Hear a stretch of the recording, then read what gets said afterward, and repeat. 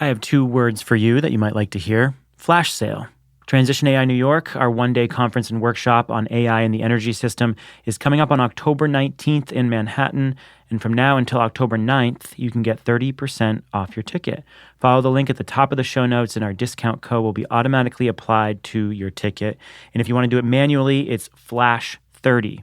And when you get to Transition AI, you're going to network with experts from Microsoft, GE Digital, AES, National Grid, Oracle, and a bunch of founders, executives, and academics who are building AI strategies right now. The flash sale ends on October 9th. Don't miss out. And if you hear this after October 9th, you can still use the promo code PSPODS10 at checkout to get your 10% discount. And come dive deep with us into AI and the energy transition at Transition AI New York. See you October 19th. From the studios of Postscript Media and Canary Media. I'm Shayle, and this is Catalyst. So you can spend a lot of time on individual parts of a TEA, which you may end up having to throw out later down the line because the system design changed because you learned something else that was relevant in another part of the TEA. There's a right and a wrong way to do techno-economic analysis for novel climate technologies. Stay with me. We'll see what's what.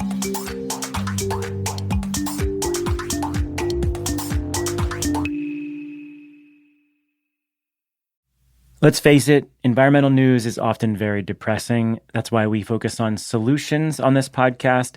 But still, the climate crisis looms large. Rising temperatures, mounting pollution, environmental degradation, they're all warping the planet. And for a lot of species, including us, things don't always look so great. But the story doesn't end there. Every Friday, Living Planet, a show from Deutsche Welle, takes you behind the headlines to figure out what's happening and how we'll get through it. It'll also help you make better choices for a healthy planet and find space to reconnect with the beauty and wonder of the world around us. You can find Living Planet wherever you get your podcasts. I'm Shayle. I invest in revolutionary climate technologies at Energy Impact Partners. Welcome. So I think most of you know this already, but I lead what we call our Frontier Fund at EIP. This is a $485 million fund that we launched a couple of years ago, and it's dedicated to investing in what we call revolutionary climate technologies. So in this strategy, we're nearly always investing in some form of hard technology, and we're usually investing before that technology is fully commercial and mature and proven. So when we're evaluating a company for a potential investment, our diligence is more about the team and the market and the technology than it is about the financial metrics, at least at that point. And when we launched this fund, we knew we needed to do things a little bit differently.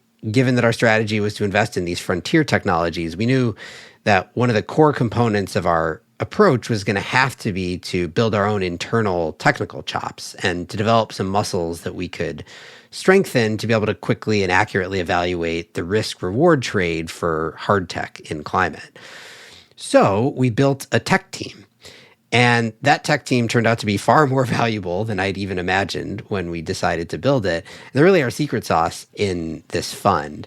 I'm excited to have this week's guests who comprise our tech team, Dr. Greg Thiel and Dr. Melissa Ball, both from EIP. And the topic that we talk through is one that is near and dear to their and my heart as well. Basically, nearly every company we evaluate, one of the first jobs is to review that company's techno-economic analysis, or TEA. So we've seen literally hundreds of them. And it is no exaggeration to say that TEAs have been the factor that have driven us to get conviction or to lose it many, many times. So it's super important. And we think it is often done poorly, even sometimes by very experienced entrepreneurs. So we have a lot of thoughts about it. Greg actually has internally developed the nickname Dr. TEA. So this week we're going to talk about it, specifically how to do and how not to do TEA for novel climate technologies. What purpose does it serve? How much precision should we focus on? And what are the major pitfalls that we often see as companies are starting to develop their technologies and figure out where it might fit in the market? So I've been wanting to do this one for a very long time. I'm very excited about it. Here we go. Greg and Mel, welcome. Hey, Shayle. Thanks for having me on. Glad to be here. I can't tell you how excited I am for this conversation that the three of us have regularly anyway, but now we get to have more formally and in front of microphones to talk about techno-economic analysis. Okay, so I'm going to start with you, Greg. Dr. TEA, as we call you internally. You get to answer this initial question, which is like, I think people probably understand what techno-economic analysis is, but like, from your perspective, why is it important enough that we should dedicate an hour of conversation now in front of a lot of people to it? Like, what is the importance of it, and what purpose do you think of it as really serving beyond just like having a model that climate tech startups can show investors in the data room? I think it's something that is a useful tool at every stage of technology development. From the get-go, when you're kind of mulling around ideas, it's helpful for you to be able to, it's a way for you to be able to say, can this technology that I'm thinking about, this idea that I'm mulling over, can it even compete in the marketplace today? And I think as, you start with a back of the envelope analysis and kind of refine it over time and figure out, what numbers, where the sensitivities are, where the limits are, and refine your estimates over time, it helps you develop a sort of roadmap to techno-economic success. So it can help you define targets. If the thing that I'm working on isn't economic today, what does it have to do? What metrics does it have to meet in order to be competitive in the marketplace? And I think by exploring, maybe a level further in terms of sensitivities and limits in the model, it helps you figure out what matters, what design decisions matter to affordability and hitting the customer value prop, and which don't. And when you're a small company and you've got limited engineering and scientific resources, it helps you prioritize. Yeah, I think of it in some ways, particularly the early days. Like if you're trying to build some novel technology, if it's the type of thing that we would get excited about, then almost inherently it requires some degree of magical thinking. Like in the early days, you have to believe something can be built that has never been built before by definition, basically. But you have to understand like what degree of magical thinking and in what specific way, and what is it going to take to get there? And like all those things are born out of techno-economic modeling, even in the early days. I want to add one thing there. I think we said that we think everyone might know what it is. And I know this is something that comes up here internally, but I think, I certainly knew before EIP what a techno-economic model was. Mostly also, y'all, as part of the case study, we have to do one to be hired. But I think it really depends, like a lot of the founders coming from academia. Some of our founders are engineers, and I think they're going to know probably a lot more about what this means and how to do it. My background is chemistry, and I think the chemist in the room and maybe some of the physicists or those disciplines, it might not be obvious. So I think it's one of the reasons, like this episode in particular, I'm super excited to do it, because I think it really highlights to like all of our founders, whether they're engineers or they're chemists or whatever their discipline, what it is, why it's important, and how they can use it. That is a good point. Okay, so here's what I think we should do. We obviously could spend a long time just like talking about what is TEA and how to do it and all that. But I think the more interesting way to do it is basically for each of us to lay out our pet peeves about things that we've seen from having looked at literally hundreds of TEA models and analyses on the things that are commonly done wrong. And we should do it as much as possible with the frame of actual examples, right, in climate tech. And figure out sort of through that vein, like, okay, what is the right way to do it? So, Mel, I'm going to start with you. Name a pet peeve in TEA models. I'm so excited for this. So, number one pet peeve for me would be unreasonable assumptions. So I think we probably have a few examples in all of our brains. My number one here, to the spirit of an example, is this tension between capacity factor and electricity price. And so let's kind of unpack it a bit. So capacity factor, I think most people might know what that is, but in the highest level, it's your actual output divided by your theoretical output. So if you could have continuous operation. So like in power generation, it's your actual megawatt hours divided by your nameplate capacity times by the number of hours in a year. And so we know in some power generation like nuclear, that's going to be really high. And then in some power generations like solar or wind, we're thinking more of like a capacity factor, 30% of a really good solar resource, 50% really good wind resource.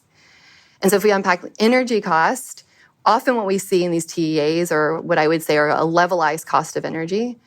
And so, ignoring capacity factor, why I think that's independently not the right energy cost to put in your TEA is that essentially what the end customer is paying is a generation plus a transmission or distribution, or basically you need to generate that energy and then you need to get it to where you want it to be.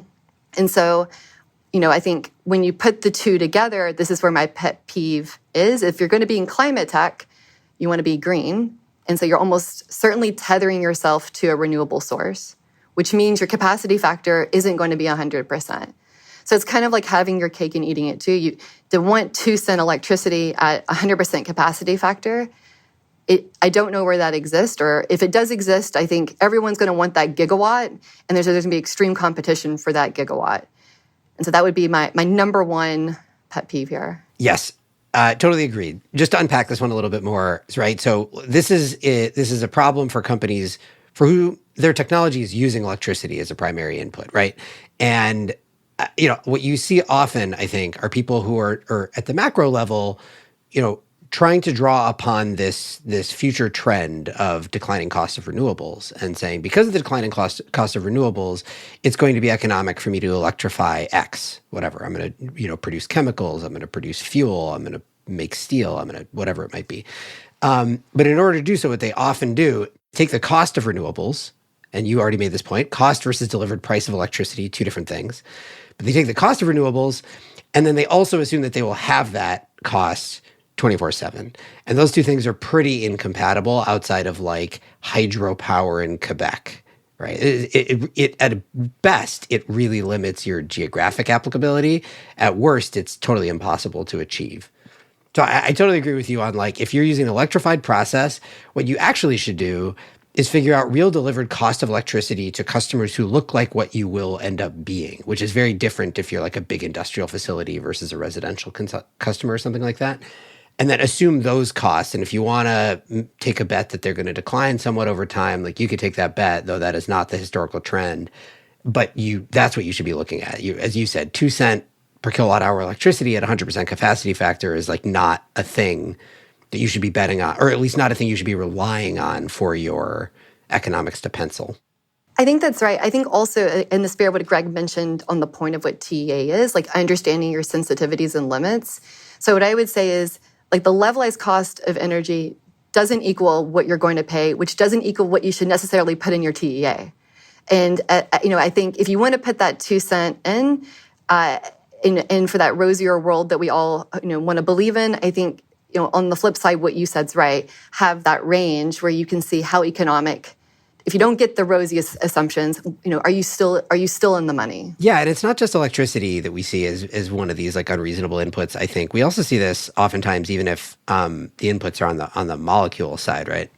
No, totally. I think I'm very passionate about this one, being an organic chemist, and the idea that organics, i.e., those molecules that are made from hydrogen and carbon, so hydrocarbons, are cheap. And it's a relic of being an organic chemist, which usually these people are coming from that discipline, and we write it in all our papers, and that's like the promise of using organics. But organic molecules, i.e. those made from carbon and hydrogen, are not always cheap. And the reason is that there's purification. So again, like even that system boundary really matters, because your yield matters a lot and your purification matters a lot. And so a good example is redox flow batteries. The one of the active species is an organic molecule, and everyone pencils in something that's really, really cheap on $1 per kilogram basis. And I think that the way that I like to think about it is I bound it like ethylene, one of the most ubiquitous organic molecules that there is $1 per kilogram. But and I don't think you're probably going to come close to that. So in that example, it's how cheap does that organic need to be competitive?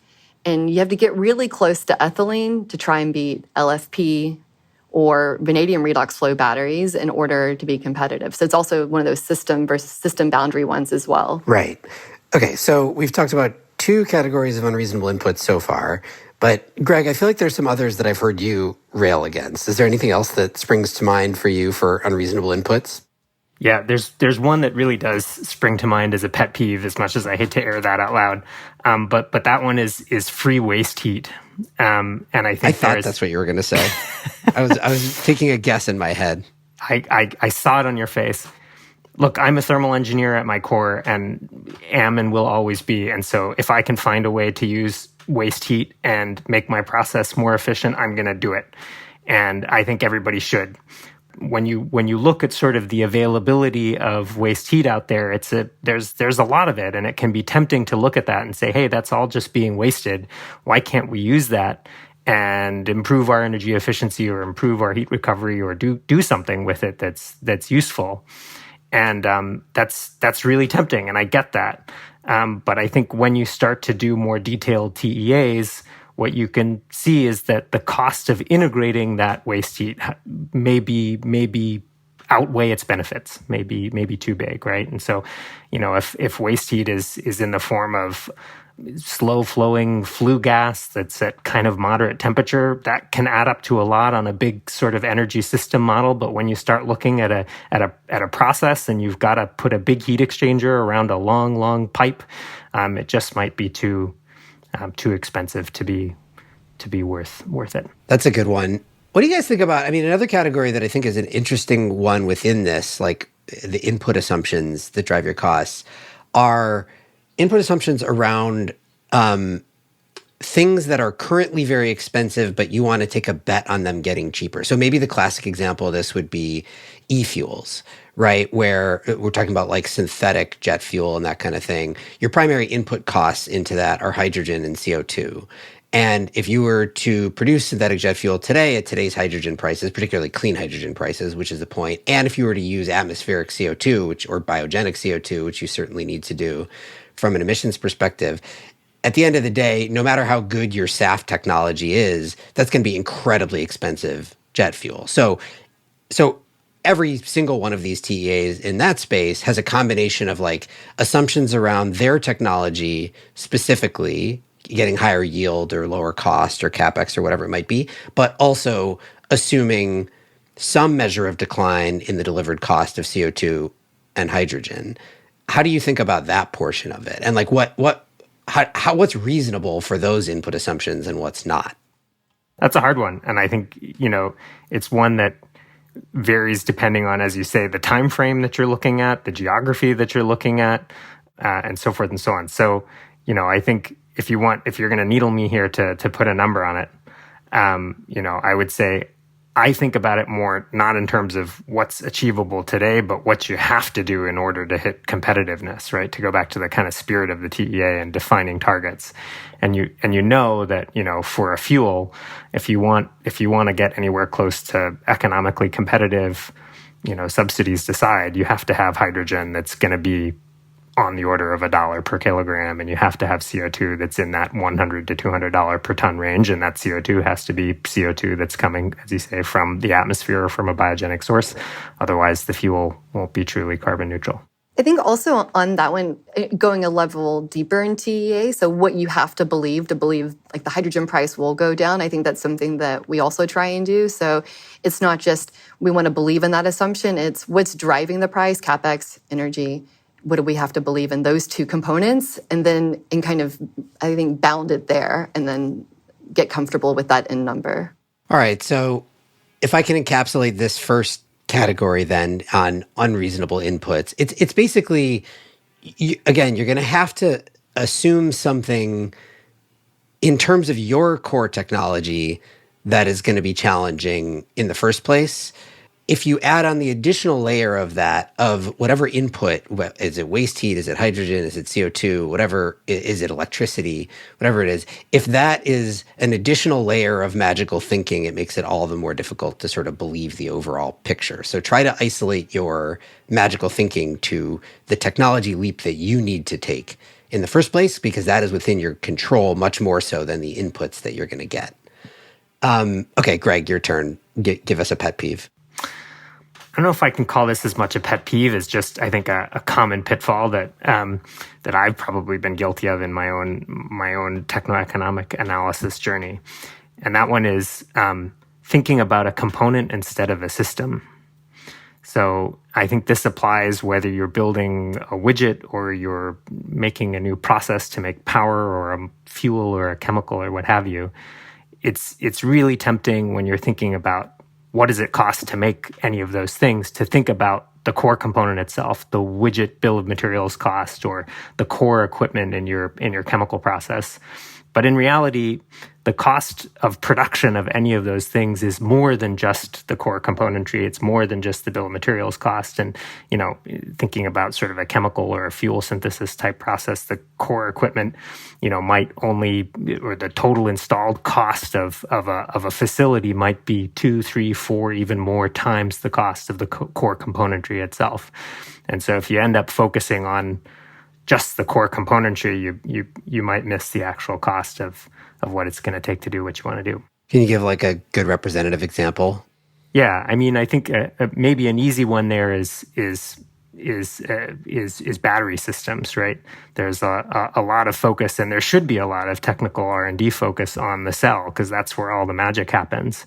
But when you start thinking about deploying those systems, it's more than just a cell that you're going to put on the grid to provide some set of services and grid storage. You're going to be deploying a system that has all those other things beyond cell that make up balance of system and a total system. Yeah, I mean, and it becomes even more of a problem to think about things that way as these markets get even more mature. Both batteries and solar are good examples of this, where like the prices that get reported these days, in the case of batteries, are cell prices often. And people, in fact, just recently have been like, there's been much noise about battery cell prices getting below $100 per kilowatt hour. That is not representative of the system cost, particularly if we're talking about stationary storage, of the delivered cost, turnkey cost of a battery system. And in solar, it's because it's a more mature market, it's even more extreme, right? Where you could talk about the cost of the solar module even, not the cell. And in utility scale solar, the module is a minority share of the overall project cost. And so most of the costs now fall into a combination of the balance of systems, and then increasingly not the hardware, right? It's labor and interconnection and permitting and all these other things. And so as a overall share of the total system, that core component, which admittedly is, as you said, where all the magic happens, like becomes less and less important over time. I think is what we see it when we're looking at like early stage companies in new markets or new technologies. To me, the version that we see a lot that is challenging is there's a lot of focus on this core component, which is where the special sauce is for whatever the company is trying to build. But they don't have a full appreciation for how big a portion of the overall system cost their thing is. So maybe they're 50% better than state of the art on their core thing, but maybe their core thing is 20% of the overall system costs. And so in total, the savings at the system level are pretty low. Mel, I know in fact, we've had a few recent examples where you've pointed this out. No, I love that example. And I actually love this category in general. I think it really speaks to me because it seems, if you're in an academic lab, you're trying to often solve a fundamental science problem. But to me, the difference between that and a startup is like there is this where you draw your system boundary. And so your system boundary when you're, a PhD student is really different. It's one small thing that you work on for 5+ years, and then you start a company. And so upstream and downstream of that secret sauce really matters. And then to speak to one of your examples, I think we saw this a lot in the modular ammonia space where the secret sauce is on this low pressure, low temperature, relatively reactor.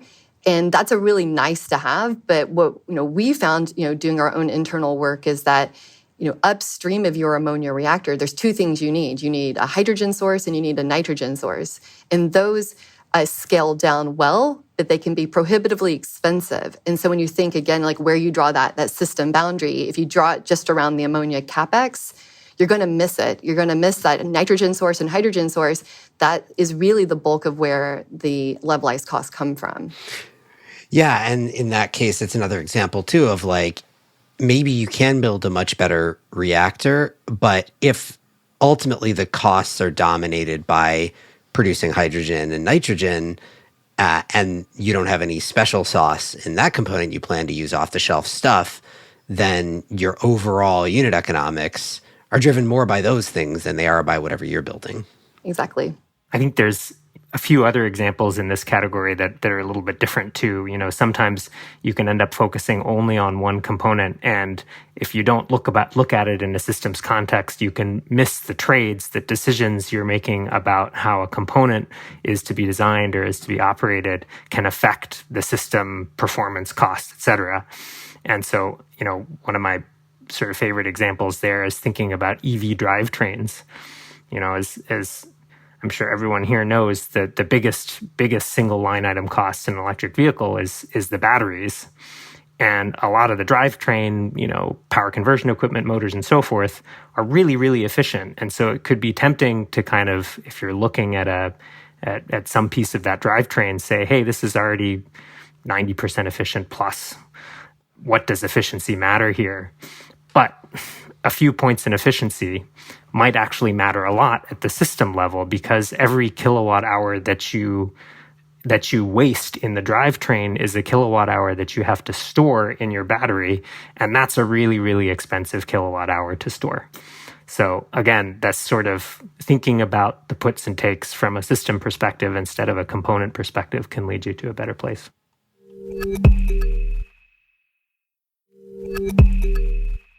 Okay, so first two that we've covered, unreasonable inputs into the model. The second is thinking only at the component level or the core reactor level or whatever it is rather than the full system level. All right, let's do another one. Mel, back to you. All right, another really, I think something we see often is we're going to call apples to oranges comparison. And so what I mean by that is, comparing your levelized cost to something like a market selling price. And so I kind of want to be clear, like the apples to oranges is just, apples aren't better than oranges and vice versa. It's just being super clear on what you're comparing to and why that matters is the ultimate goal, is to make sure your technology is competitive and understanding the puts and takes there. And so if you're comparing your levelized cost of production to a market selling price, I usually take a step back and like, do you want to make a profit? Because it's really not the same thing. On top of that, production, you got to get the thing you made to where you want it to be. And then on top of that, presumably there's a profit to be had. And so I think that's one that I really always squint at when I see and have to adjust myself. Yeah, and I think that's particularly important because a lot of things in climate tech are ultimately commodity markets. Think chemicals, think energy, think fertilizer, whatever it might be.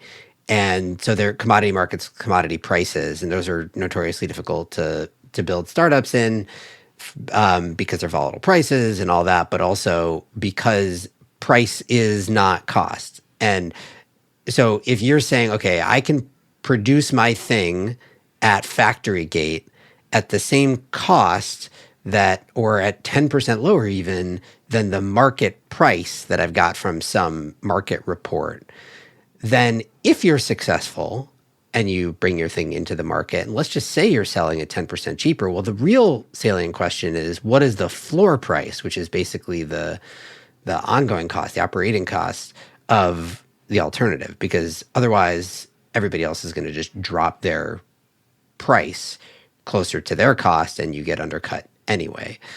So it's really, and I think you also made the important point of like, what ultimately matters is the delivered price to a customer. And they're going to compare two things. Now, maybe you think there's going to be a green premium and you can make that bet, but you should be clear on that if that is the case. At the end of the day, you're going to have to deliver a thing to a customer, and it's going to have to be better for some reason, cheaper or otherwise, than the thing that they otherwise would have been buying. Any good examples spring to mind on this one? Yeah, I was going to say, I think also implicit in this is that the distribution costs are low. And from some of like, whether it's hydrogen or it's ammonia or it's energy, that's certainly not true. and I know, Greg's also have been looking at some of this with hydrogen, but with, ammonia, we did a deep dive on what those distribution costs could be. And, depending on where you are in the US, and I'll stay US centered, but this is even more so outside the US, those distribution and transport costs can be even 2x your production cost. And so it really matters which, target you're comparing yourself to, because it's not just 10% off at times. It can be, it can be way off. And then that really impacts your TEA. The other way I think we think about this one, so there's the problem of comparing your cost to the market price. I think that's like fairly straightforward. The other problem is a time horizon one. And this is the one where, or not even just a time horizon one, it's like truly understanding how cheap the competition could be. And so the classic historical example of this in climate tech is all the thin film solar companies that emerged in the late 2000s. Think Solyndra and Mia Soleil and all these companies. The value proposition for that suite of technologies was basically, we are going to be cheaper than today, at that time, today's price of silicon-based solar panels, right? And it turns out that what happened is that the cost floor of silicon-based solar panels was much, much lower, and it moved much, much faster than anybody expected. So by the time all these thin film companies, with the exception of First Solar, basically came to market, they were way out of the money because crystalline silicon had fallen much, much cheaper. Greg, I know you've thought a lot about this in today's context as it pertains to batteries, because there's all these new battery chemistries that are being introduced to the market or hope to be introduced to the market to compete with lithium ion. How do you think about, like, how cheap do they need to be to beat tomorrow's lithium ion prices, not today? Yeah, it's a great point, because energy storage, as we all know, is critical to decarbonizing the power grid, and grid storage systems still aren't as cheap as we would like them to be. But the question that comes up almost every time we see a new grid energy storage technology, be it a new battery chemistry or pumped heat or some sort of compressed gas or a variation on compressed air, any of those kind of things, is from a total installed cost perspective, can you beat something like lithium iron phosphate batteries, not just today, but in 2035, given that you're probably going to have, a substantial development horizon in front of you. And like you say, the thing to beat won't be LFP 10 years ago at that point. It'll be LFP then, right? So I think the numbers that we've landed on in our work are sort of in the $100 to $150 per kilowatt hour total installed system cost. If you can see a path, a pretty clear path to those numbers with your system, then you probably have a pretty good shot of being competitive with future battery chemistries in the 2030s. As compared to, can you compare that to today's like LFP system costs? Yeah, that might be anywhere from a half to a third of where things are today. So, $200 to $300 per kilowatt hour installed. I mean, the other thing, Greg, that I know I've seen you point out a few times is, like, when somebody is producing something and they're comparing their levelized cost to what they believe is the sort of right comparison, but it's not thinking about the other technologies that are coming down the pike. And so it's looking at like a stagnant view of the future that is just today's technologies, maybe improving, maybe not. But the reality is that this is a dynamic world. So curious how you think about that. Yeah, totally. Any good benchmarking exercise involves thinking really hard about what actually is state of the art. And that is, as you say, it's a moving target. And especially in climate tech, where we're seeing so much innovation happening all the time, it can be hard, even in your own field, to keep up with what's going on. And so maybe this is a trite example, but one example that we see a lot comes from the world of hydrogen transportation.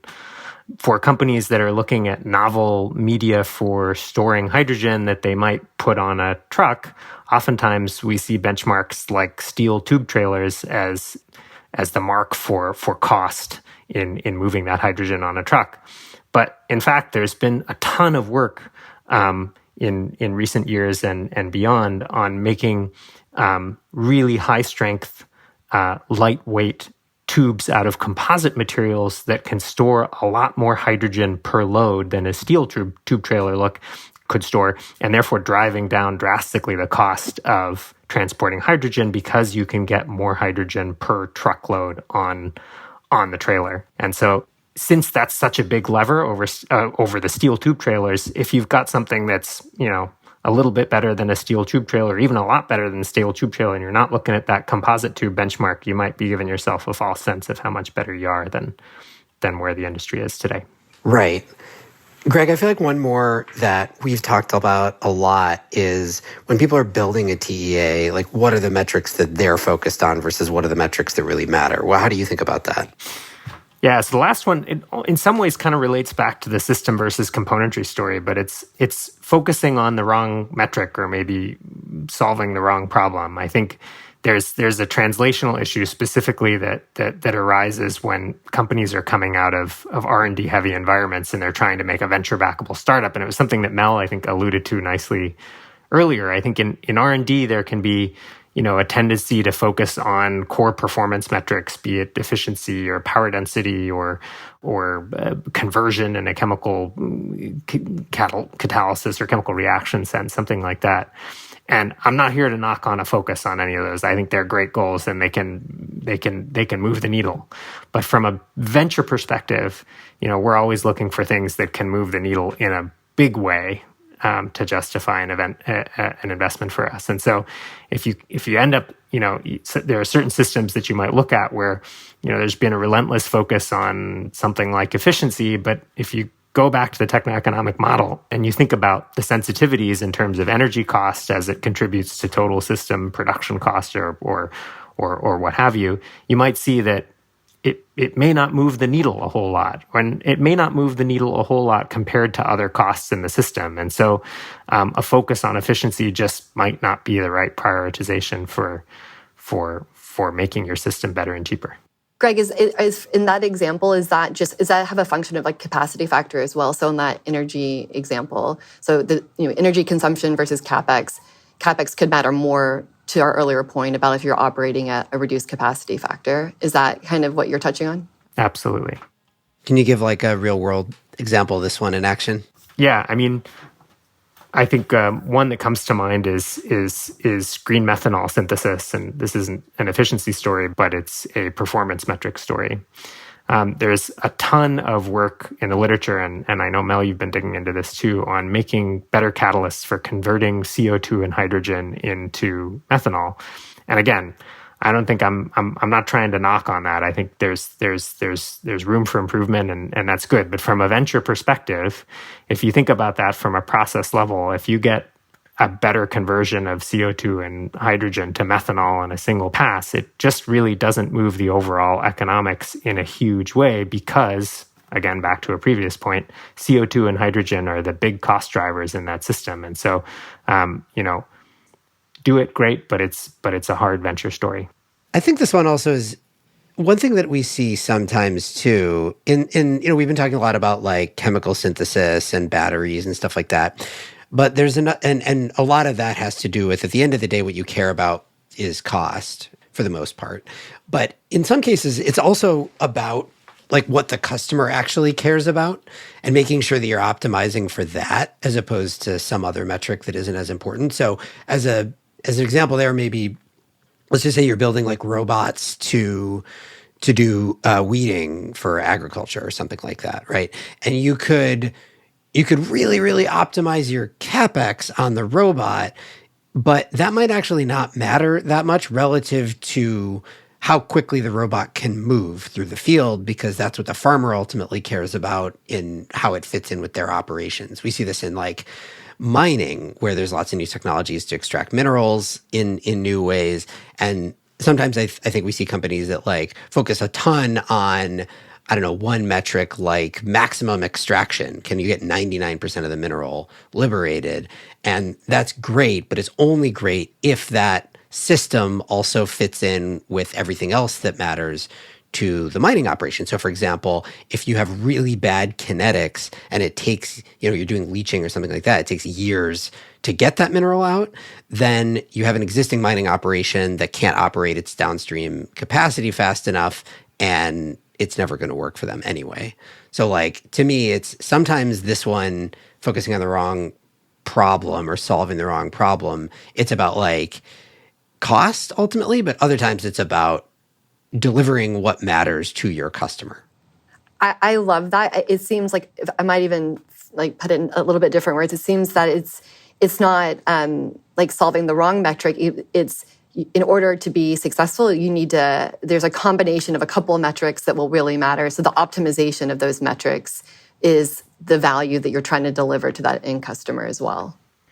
I think this also speaks just to the power of techno-economic analysis and the power of, as much as it sounds like a cliche, of, doing this kind of analysis in teams that have really strong commercial and technical components, because techno-economic analysis is about technology and economics and the interplay between those two things. And if you don't have a sense of the customer value proposition, you can end up, as we say, optimizing for the wrong thing. So doing good work to understand exactly what's driving customer interest, what's driving customer value is a key part of doing good techno-economic analysis. It's not just cost and engineering modeling. I guess I'll add one more myself just to wrap up, which is in some ways it kind of runs counter to the rest of the examples that we've described, because basically everything else that we've described is like, okay, here's how to not put enough thought into components of the model or the inputs or what you actually are optimizing for. So the implication, I think, collectively of all the other things that we've talked about is like, you should dedicate a lot of time and effort to your TEA in order to really understand what business you're building. And I think that is true. But I guess the last thing that is occasionally a pet peeve of mine is seeing TEA models with false precision, right? Like sometimes you'll see a seed stage company with one of these models that's like got 4 decimal places at the end of every number in it. And realistically, there's a lot you can't know, particularly at the early stages.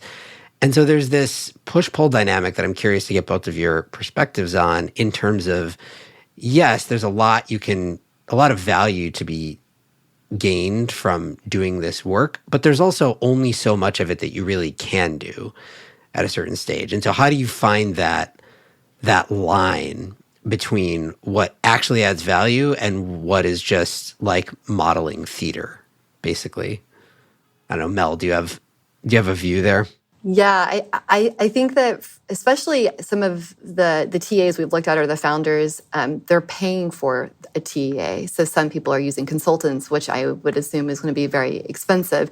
So, back to the top level, like it's supposed to be a tool to help drive your technological progress. And so if you're paying good money for this, I'm actually curious y'all's thoughts on that too.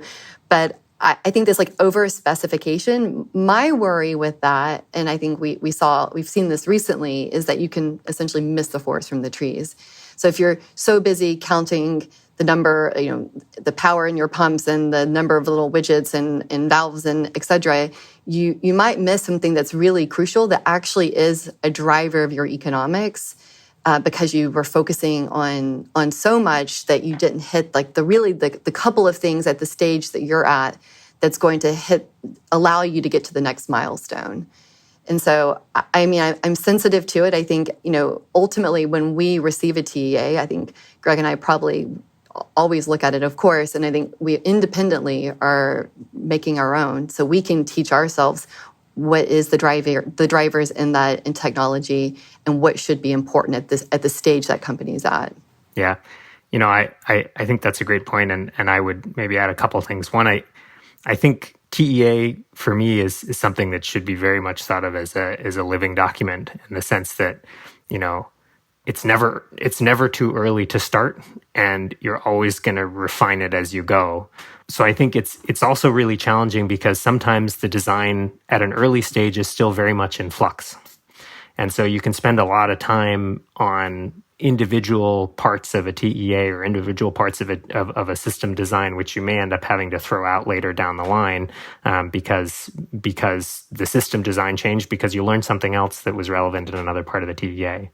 So I think it's better, or it can be helpful, just to put error bars and understand the sensitivities on things earlier on, and go down the deeper, more detailed design rabbit holes when the higher level stuff is fixed. Yeah.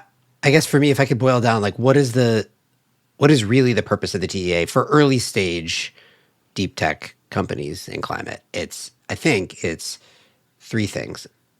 One is like, how hard do I have to squint? How much magical thinking does it require for me to reach the promised land? Whatever my version of the promised land is. Like I'm trying to be 10x better at something than everybody else. Like how hard is it to believe that? Two, as you said, what are the major levers? What are the sensitivities, right? What swings my success or failure the most so that I know what I do need to focus on and can spend less time on the things that I don't?